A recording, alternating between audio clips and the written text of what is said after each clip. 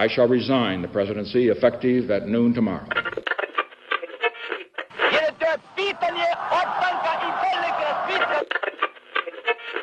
Sejam todos muito bem-vindos a mais um episódio do Mundo de História. E no episódio dessa semana vou falar com vocês um pouquinho sobre um dos eventos mais importantes do século XIX. Vou falar com vocês sobre a Guerra Franco-Prussiana, a guerra que dá origem não apenas à Alemanha, mas a uma rivalidade que terá graves consequências. Mas antes de começar, eu quero deixar aqui, como sempre, o meu agradecimento à querida Tatá, que financia nosso podcast. E lembrar que você pode fazer o mesmo por meio do nosso Apoia-se, e o link está lá no nosso Instagram, @mundihistoria. Mas, sem mais delongas, vamos passar para o episódio dessa semana.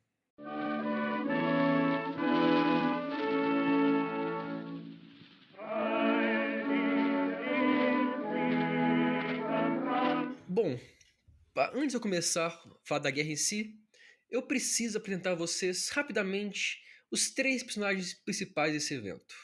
Primeiro, Otto von Bismarck, um dos nomes mais conhecidos da história alemã, nasceu na Prússia, na época do Reino da Prússia, em uma família de elite. A mãe era burguesa e o pai um dono de terras. Ele chegou a se formar em direito e até mesmo a servir brevemente no exército. Em 1849, ele entrou para a política alemã e foi quando ele passou a ter um maior contato, maior apreço pelas ideias de nacionalismo alemão. Ele cresceu muito no ramo da política, sendo até mesmo embaixador na Rússia e na França.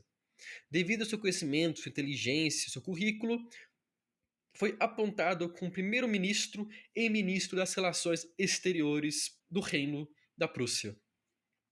Foi responsável por implementar uma série de reformas militares no país, tendo até mesmo liderado a Prússia em uma série de vitórias militares. Apesar do sucesso, ele saiu da política um pouco contrariado, batendo de frente com o imperador, e faleceu aos 83 anos em 1898. O segundo é justamente o imperador da época, o Czar, imperador alemão da época, o Kaiser Guilherme I. Muitas pessoas podem chamar ele de Wilhelm I. Eu prefiro chamar de Guilherme porque é a tradução do nome, mas não faz diferença, no final das contas. O importante é notar quem é a pessoa. Ele nasceu em março de 1797, no Reino da Prússia. Pela idade, já dá para perceber, pelo ano, dá para perceber que ele nasceu justamente durante a Revolução Francesa e por conta disso, lutou nas Guerras Napoleônicas. Em 1840, se tornou herdeiro do trono da Prússia e chegou a passar um tempo exilado na Inglaterra durante a revolta de 1848, as revoltas, mas dizendo que vale um episódio, inclusive. E apesar de discordâncias, tinha uma certa proximidade com Bismarck. Foi o primeiro monarca do Império Alemão, avô do Guilherme II, o último monarca. Foi alvo de diversas tentativas de assassinato, mas nenhuma deu certo, e ele faleceu em março de 1888. E a terceira figura é Charles Louis Napoleão Bonaparte, ou Napoleão III. Como o próprio nome indica, ele era parente de Napoleão Bonaparte. Para ser mais específico, era sobrinho do general, cônsul e imperador francês. Ele viveu a maior parte de sua infância na Suíça, já que a sua família Bonaparte foi exilada da França após 1815, após a derrota de Napoleão. Ele era um grande defensor das ideias de liberdade, chegou até mesmo a servir no exército e defendia a herança bonapartista, e sempre buscando uma forma de chegar ao poder. Com a Revolução de 1848, ele retorna à França, onde é eleito para um cargo na Assembleia Constituinte, e, após eleito, já começa a focar na sua candidatura. Usando a sua fama e principalmente a fama do seu tio, o Napoleão Bonaparte, é eleito presidente da República. Mas ele não estava satisfeito. Usando da força bruta e do apoio que tinha nas elites, nos militares, organizou um plebiscito e em 1852 foi confirmado como Imperador Napoleão III. Sim, o homem que entra na política como presidente, sai da política como o imperador. Ele morre na Inglaterra em 1873 durante uma operação, uma cirurgia na vesícula. Agora, nós já apresentamos as figuras, vamos passar para a guerra em si. A vitória prussiana contra a Áustria em 1866, na Guerra das Sete Semanas, garantiu a Prússia como líder dos estados germânicos da Europa. Para quem não sabe, a Alemanha não existia na época. Existia uma série de reinos, principados, pequenos países que eram os países germânicos. Os sendo os dois principais, a Prússia e a Áustria. Com a derrota austríaca, a Prússia se consolida como o líder dos povos germânicos e também como uma ameaça ao poder francês, que era, na época, a maior potência militar da Europa continental. Em 1870, ou seja, 4 anos depois da vitória em cima da Áustria, Leopoldo de Hohenzollern, peço perdão, desculpa, sob apoio e pressão da Prússia, foi cotado para assumir o trono da Espanha, que havia retirado sua monarca Isabel do trono durante uma revolução. A França, obviamente, não viu isso com bons olhos. Ela acreditava ou temia que com um líder germânico comandando como monarca a Espanha, a França poderia ser atacada de ambos os lados por seus inimigos. A pressão francesa levou o Leopoldo a retirar sua candidatura e não ser mais cotado para o cargo. Um embaixador francês foi enviado para conversar com o Kaiser Guilherme I na Prússia e foi uma conversa tranquila. Mas, no final das contas, o monarca se recusou a garantir que Leopoldo não seria candidato novamente. E aí vem a questão interessante. Otto von Bismarck recebeu um telegrama explicando sobre a reunião, sobre o encontro, modificou o telegrama e enviou para ser compartilhado. Ele mente no telegrama dizendo que tanto o Kaiser quanto o imperador se ofenderam, brigaram, tiveram disputas, discussões acalorosas. E a ideia é justamente simular esse descontentamento para provocar a França a encarar numa guerra. E em 19 de julho, o objetivo concluído. Napoleão III declara guerra contra a Prússia, não apenas pela carta, mas porque acreditava que uma vitória militar recuperaria o seu apoio político, tendo em vista que o regime dele estava em crise. Mas do outro lado, nós tínhamos também os alemães, ou os povos germânicos, melhor dizendo. Eles desejavam não apenas lutar contra a França, mas também uma unificação. E como eles foram atacados, o sentimento dos povos germânicos era de que deveriam se unir para combater o inimigo comum, o que na prática aumentou o sentimento da unificação alemã. Os franceses estavam com a cabeça erguida, estavam com moral toda, para minha teoria. Eles estavam com o exército com muita moral, confiantes, contando com rifles novos, uma espécie de metralhadora rudimentar. Mas desde o começo, o exército prussiano demonstrou sua superioridade, conseguindo diversas vitórias. Eu não vou falar aqui especificamente de cada batalha, eu vou focar aqui na Batalha de Sedan, que é a derrota decisiva. Em 1º de setembro, cerca de 120 mil franceses enfrentaram aproximadamente 200 mil alemães ou germânicos, na região de Sedan, na França. Na França, na cidade, melhor dizendo, os franceses, incluindo o imperador Napoleão III, foram cercados e não estavam conseguindo suprimentos suficientes para o exército sustentar por mais de alguns dias. Em uma decisão arriscada, os franceses decidiram fugir para a cidade de La Moncelle, mas travaram uma grande e sangrenta batalha contra as tropas inimigas. Curiosamente, nessa batalha, quem estava na vantagem era justamente os franceses. Porém, os alemães tinham uma estratégia. Eles tinham a poderosa artilharia que abriu fogo, dizimando não apenas a moral, como grande parte das tropas francesas. A derrota era cada vez mais iminente. A própria cidade estava cercada por cerca de 400 canhões. Napoleão III, ferido, doente, decidiu que não iria se render, mas que não preferindo uma morte em combate. Ele marcha com seus soldados para a linha de frente, mas sua condição era tão precária que ele não conseguia lutar. Na manhã do dia 2 de setembro, a bandeira branca tremulou no lado francês. Era fato. O Napoleão III falhou ao declarar a guerra, falhou ao não conseguir vitórias militares e falhou em romper o cerco em Sedan. Napoleão III se encontra com Guilherme I, oficializa a rendição de seu exército. A notícia da rendição da França chegou a Paris, que entrou em caos. Uma revolta popular estourou, que derrubou não apenas Napoleão, como toda a monarquia, e criou a Terceira República Francesa, que, por incrível que pareça, apesar de todas as derrotas, se recusava a se render. Só parênteses aqui, nesse momento, Napoleão III é preso e passa o resto da guerra em uma prisão antes de ser libertado.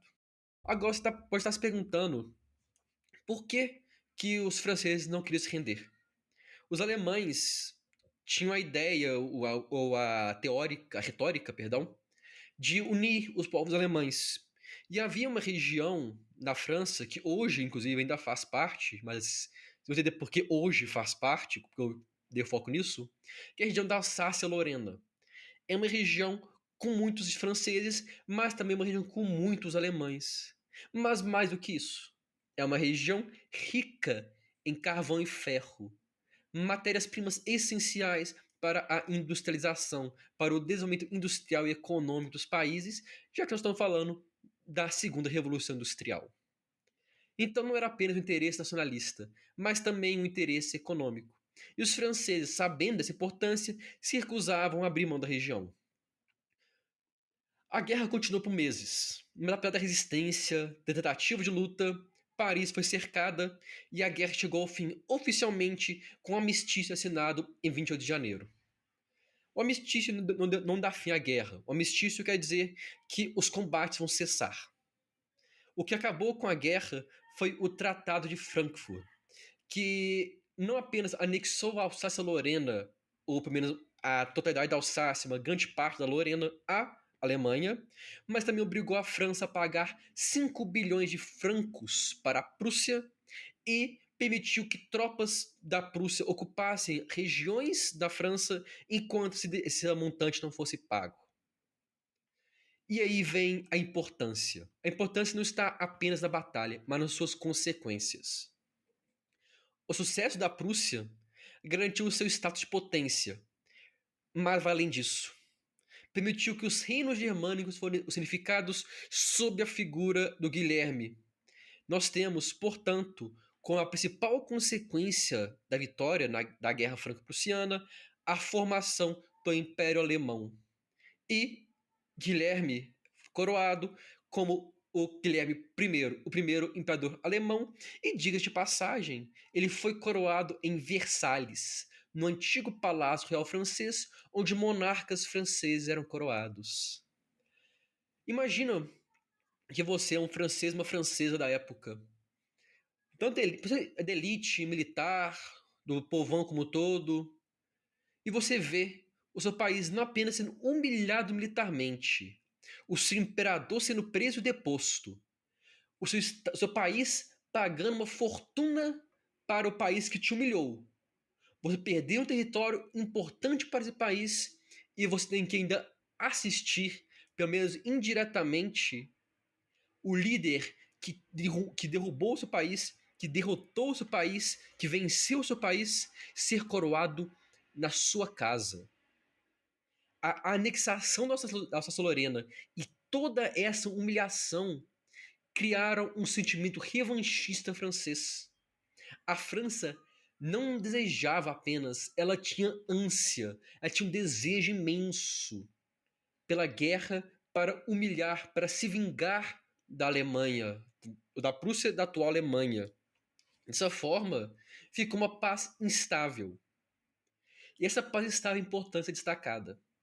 Porque em 1914, quando a Áustria invade a Sérvia e a Alemanha declara guerra à Sérvia por ser aliada da Áustria, ela temia, no caso ela, a Alemanha temia que a França aproveitasse desse momento para declarar guerra a ela e tentar recuperar seu território perdido. E é nesse contexto todo, do medo do revanchismo, que a Alemanha declara guerra à França e os dominós continuam caindo, que dá origem à Primeira Guerra Mundial. É inegável essa proximidade, essa relação entre a Guerra Franco-Prussiana e a Grande Guerra. E lembra que eu falei que o território hoje pertence à França? Porque os franceses, quando vencem junto da Inglaterra, Estados Unidos, a Alemanha, a Áustria, a Turquia na Primeira Guerra Mundial, recuperam a Alsácia-Lorena, que até os dias de hoje permanece sob o comando francês. Vai também destacar que com a vitória da Prússia, o seu modelo de exército, de recrutas comandados por generais oficiais extremamente treinados, disciplinados e de qualidade, foi adotado por diversos outros países, além de estratégias novas de combate de guerra. De certa forma, a Guerra Franco-Prussiana abriu caminho não apenas para a formação do Império Alemão e de uma rivalidade, mas também abriu caminho para novas táticas, novas estratégias que levaram destruição e mortes que culminaram na destruição, nas matanças e nas milhares e milhares e milhões de mortes da Primeira Guerra Mundial. Podemos perceber uma coisa na história, nós chamamos de path dependency, ou dependência de trajetória. A ideia de que um evento lá atrás impacta eventos no futuro. Dessa forma, a Guerra Franco-Prussiana é um evento central, um evento de importância para a Grande Guerra.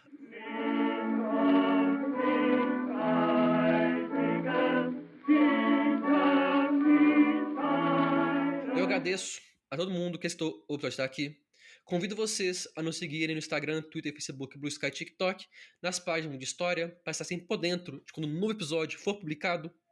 Você pode ainda, como eu disse, lá no nosso Instagram, encontrar o Apoia-se, para você que tem interesse e condições, financiar o podcast com o valor que achar melhor, que ajuda a manter o podcast no ar. Mas você também pode nos ajudar e muito, compartilhando esse e outros episódios com os amigos, colegas, familiares, qualquer um que você acha que pode gostar de entender um pouquinho mais sobre a guerra, um pouquinho mais na história, sobre a história como um todo. E no mais, espero ter gostado do episódio, espero que tenha achado interessante e vejo todos vocês no próximo episódio. Um grande abraço e até lá.